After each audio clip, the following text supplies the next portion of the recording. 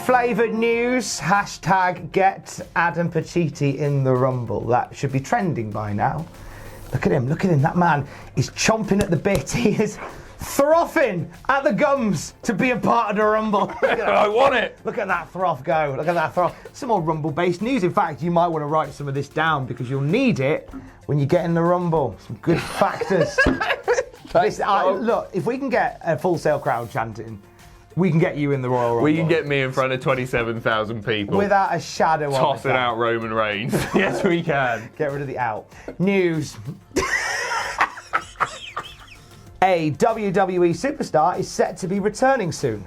Chris Jericho has revealed some details of a backstage AEW meeting. Outside of Adam Pacitti, we will look at the current favourites for the WrestleMania 36 main event. More on that soon. I'm not like most girls. Not my words, the words of a few girls. And the words of Nia Jax, who is apparently on the road back, Adam Pacitti. That's right. So she recently posted a video of her training in the Performance Center, running the rope, and the caption was, testing out the new knees. So she's looking good. She's looking good. Knees are all right. Yeah, it's been 8 months since we saw her in a WWE ring. How time has flied. Various websites are now reporting that the plan is to bring her back sooner rather than later, many speculating that it's going to be at the Rumble.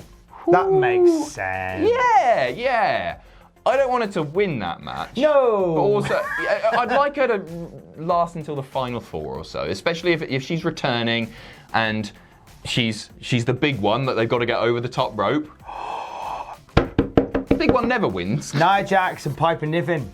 Nice, that's a nice Bang, bang, bang, fight in the middle of the Women's Royal Rumble. I'm down for that. I like that a lot. Nia Jax is a very polarising figure in WWE in the sense that there are people who back her, and there are a lot of people who say that she's a liability and she's nowhere near the position she should be in terms of in-ring quality and such like that. I've never I don't mind her as a thing in wrestling. I like the idea of just having this dominant. I never got into the whole getting one over on the bullies type thing that she did. I just thought, I think it didn't really grab me. But I like when Nia Jax is like a knock 'em about heel. Yeah, I agree. That. I'm a big fan of that. Yeah, I'm with you. I think she's unique, isn't she? I'm not the biggest fan by any means. She's actually not somebody that I've really missed seeing, but she plays a role and she plays it adequately. I'm being very diplomatic here because I'm just not the biggest fan. She's all right, isn't she? But coming back at the Rumble, I think I'd be excited to see her.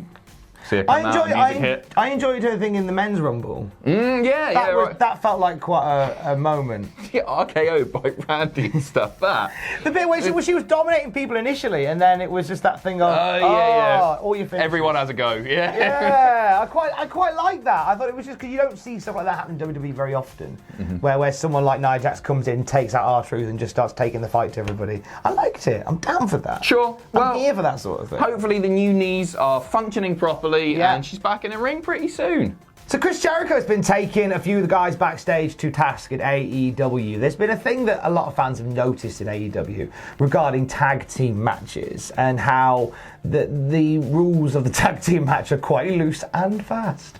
Sometimes people will go in and out of the match without tagging. Sometimes the guy will stay in the ring for way too long. And Chris Jericho's gone, right, enough's enough. We need to have a chat about this because it's wildly inconsistent. It really is, and it's definitely harmed my enjoyment of various tag matches. Like we've seen the wrong legal man, the non-legal man get pinned and all sorts of stuff. It has been very frustrating. So Chris Jericho called a team meeting. He got the boys to gather round. He said, the lack of tags and normal tag team wrestling psychology drove me nuts, to the point that it was one of the big knocks against our company in week 3 or 4. I think that's fair to say. It's sort of making excuses for the Lucha Bros because tagging in and out, they're lazy, they don't care. These are Chris Jericho's words, not mine. I wouldn't describe them as lazy. That's not the word that I would use. I always say. Pentagon barely puts a shift in. The Randy Orton of AEW is that Penta. I don't ever see him leave his feet in a match. They walk in and out whenever they want, and it's not right. They would make excuses where they would go, oh, it's Lucha Libre style. That's funny. I worked in Mexico for 2 years, and guess how you make a tag in Lucha Libre match? You stand in the corner, and you wait for a guy to touch you, and you walk in. That's the Lucha Libre rules, aka tag team rules. So he continues. I called a meeting with the crew and said, you're burying the ref. If you don't have any rules, you don't have any heat, and it's killing our show because the honeymoon period is over and now people are watching us and they're being confused by the lack of rules. And I couldn't agree more, especially with the burying the ref part. It made the refs look stupid, and if the refs don't have authority, then why bother? Yeah, it's true. It's true. It's easy fix just by being a bit more disciplined with tags and stuff like that. I do think. Absolutely, yeah. That's true. He made some interesting comments there about like the audience being confused. I think it's pretty confusing the commentators a bit as well. Like the amount of times I've heard JR get a little bit confuzzled by not just tag matches, but in general. By wrestling. No, I'm joking. That's horrible. No. I love JR. Me too. He's the voice of my wrestling. Best commentator ever. Absolutely. Without doubt. Without parallel. Incredible storyteller. Whoa, does he get lost in this? Yeah. In AEW. And it really makes me sad because like we're not hearing the best of JR. And I don't know whether, and the thing is, when I think we talked about this on a video the other day, when you hear him talking about AEW on his podcast, like he's really passionate for AEW. So I know it's not like it's not apathy. Yeah, it's not apathy. He can be asked. Yep. There's just a few, and I think then if stuff like that is happening as well, then it's hard for commentators to call it. The commentators can't call it. The audience at home can't watch it. And yeah, they're there to tell us the story as well. Yeah. It's not just what we see, it's what we hear. And if they're unable to do so effectively, and they're making it difficult for guys like JR, for sure. Yeah, no, I'm very aware that a lot of people think that people like us have this weird AEW bias and like we should be calling this. Well, they do pay us each and every week. Yeah, I mean, thanks, Cody. We should be calling this a rah-rah speech or something like that, and it's not. It's a very different world to that. Yeah. Like it's an elder statesman in Chris Jericho calling the tag teams to order and saying, look, here's a really obvious problem that we should fix. Rumble season is nearly upon us, and therefore we are looking ahead to the Royal Rumble match itself. That's correct. So we're going to talk about the bookies' odds currently for the Royal Rumble winners of both the men's and the women's Rumbles, and then we're going to get onto the WrestleMania because there's been a big change there, one that's quite interesting. AJ Hold Hazard. your horse. No, unfortunately not yet. AJ 16-1 on my piece of paper here. I'll take that. So, in fact, I'm going to start from number 10 here. So, in order from least probable to most probable, according to the bookies, Braun Strowman, AJ Styles, Drew McIntyre, Daniel Bryan, Cain Velasquez in at number 6. Finn Balor, interesting, NXT. That's interesting. I like that. Kevin Owens, Bray Wyatt. So do Bray Wyatt versus the Fiend? I wonder if you put your money on Bray Wyatt and then the Fiend wins. If you get your, if you get your winnings. Anyway, CM Punk at number 2. Okay, short as the winner that is. And number 1, he's been the favourite for a while. He remains the favourite at 3-1. Is Roman Reigns. We're going to go down the women's now.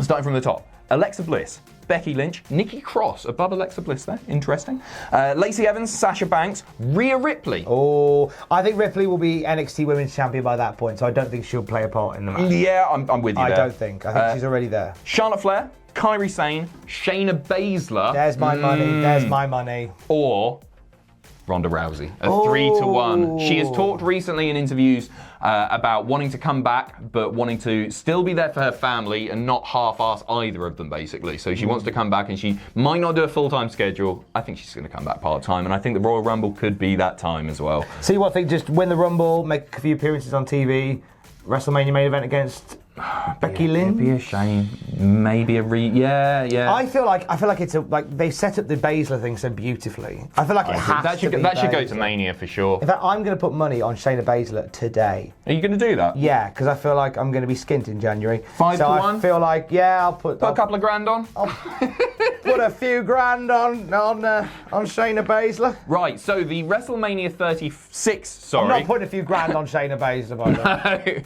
way. Sorry, the main event of WrestleMania has changed in the last 24 hours. Ooh. Right, so before, it was Roman Reigns versus The Rock, which doesn't make sense with Roman Reigns winning the Rumble because it's the winner gets a title opportunity, not the winner faces The Rock. Although they could introduce that. Unless Roman goes, I don't want any of the belts, I want to face The Rock. I want my cousin. I want to face my cousin. Why are we doing Vince McMahon voices here? What if the winner of the Rumble fights their cousin?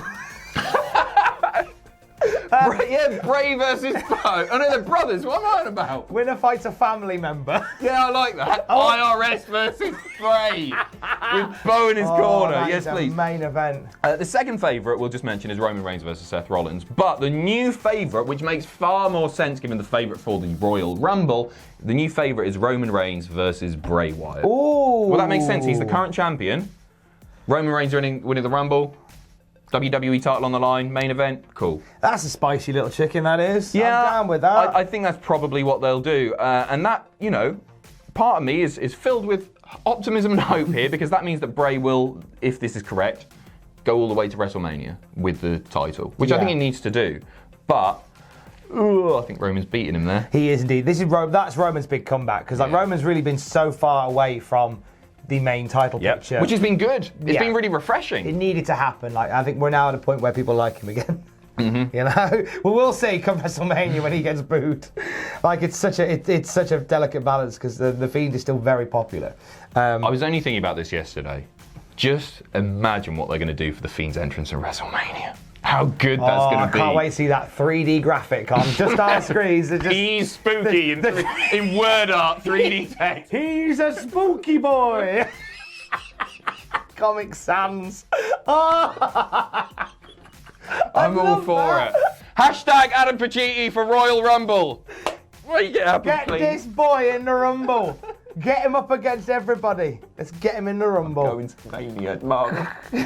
Hey, thanks for watching. Don't forget to leave a comment in the comment section down below. You can support us on Patreon by going to patreon.com/Cultaholic. Lastly, don't forget to hit subscribe and join us.